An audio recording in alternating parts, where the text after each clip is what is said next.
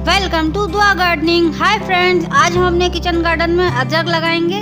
Friends, health care में अदरक के बहुत ज़्यादा फ़वाइद हैं और आजकल सर्दी के मौसम में अदरक की चाय बना के घर में पिएं तो बहुत ही आपके फेफड़ों को और गले को बहुत सुकून मिलता है। अदरक लगाने के लिए हमें ख़ास ध्यान ये रखना है कि हमें ऐसी अदरक लेनी है जो खुद ब खुद ग्रो होना शुरू हो चुकी हो, यानी कि जिस तरह आलू ग्रो होना शुरू हो जाता है 2 महीने के बाद, इसी तरह अदरक का भी हिसाब होता है। तो ये अदरक जो है देखें जगह जगह से ग्रो होना शुरू हो चुकी है, अनग्रोथ होना शुरू हो गई है। इसी तरह अगर हम स्प्राउटेड अदरक ग्रो करेंगे तो वो जल्दी ग्रो हो जाएगी बनिस्बत सिंपल अदरक के। इसी तरह मेरे साथ सब्जियां लगाते रहिए और वक्तन फ़वक्तन अपने घर की ज़रूरियात पूरी करते रहिए।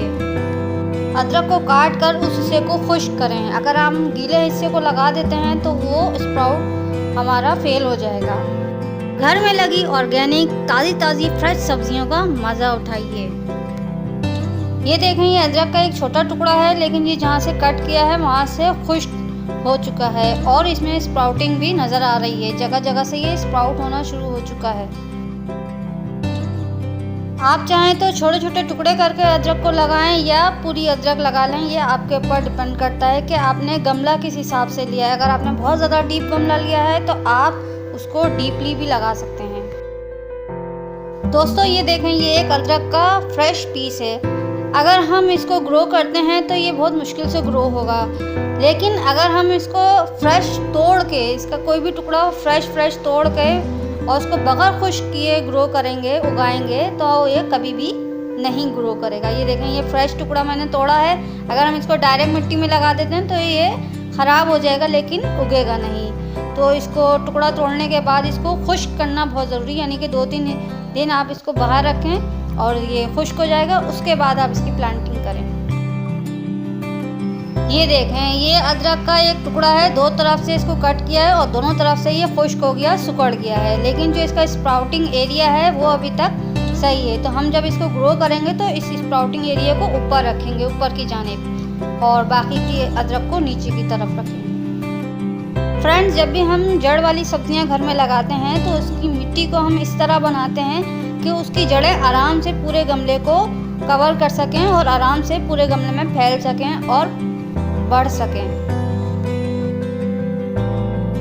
अदरक के लिए मैंने जो मिट्टी ली है वो 50% रेत, क्योंकि अदरक रेत में अच्छी ग्रो होती है, और 40% बालू मिट्टी है, 10% काऊ डंग है और 10% कोकोपीट शामिल है।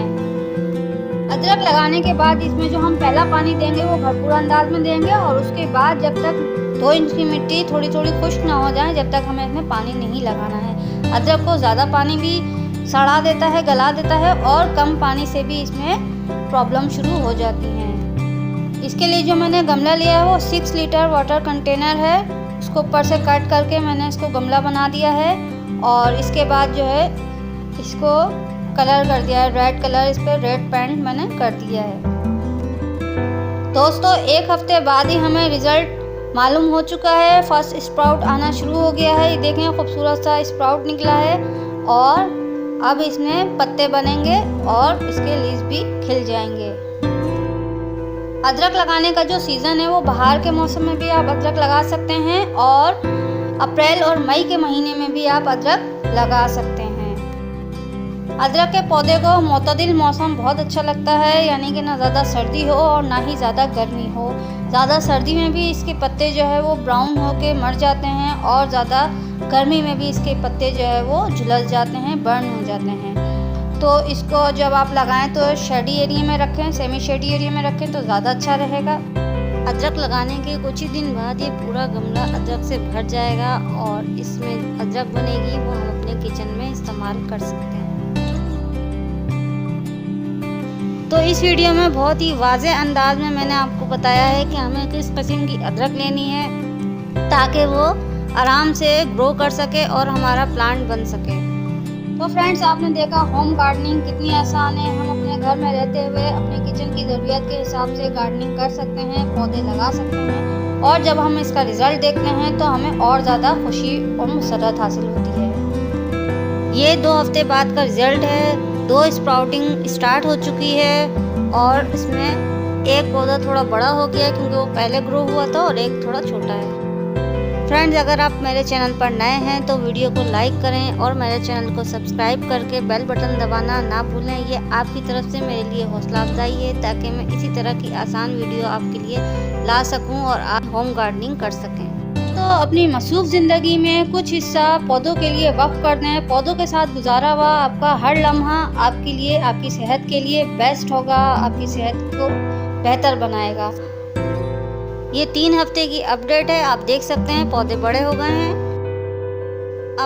अपने घर वालों का और अपने पौधों का बहुत ज़्यादा ख्याल रखिए। दुआ गार्डनिंग को हमेशा अपनी दुआओं में याद रखिए। अल्लाह हाफिज़। Thanks for watching.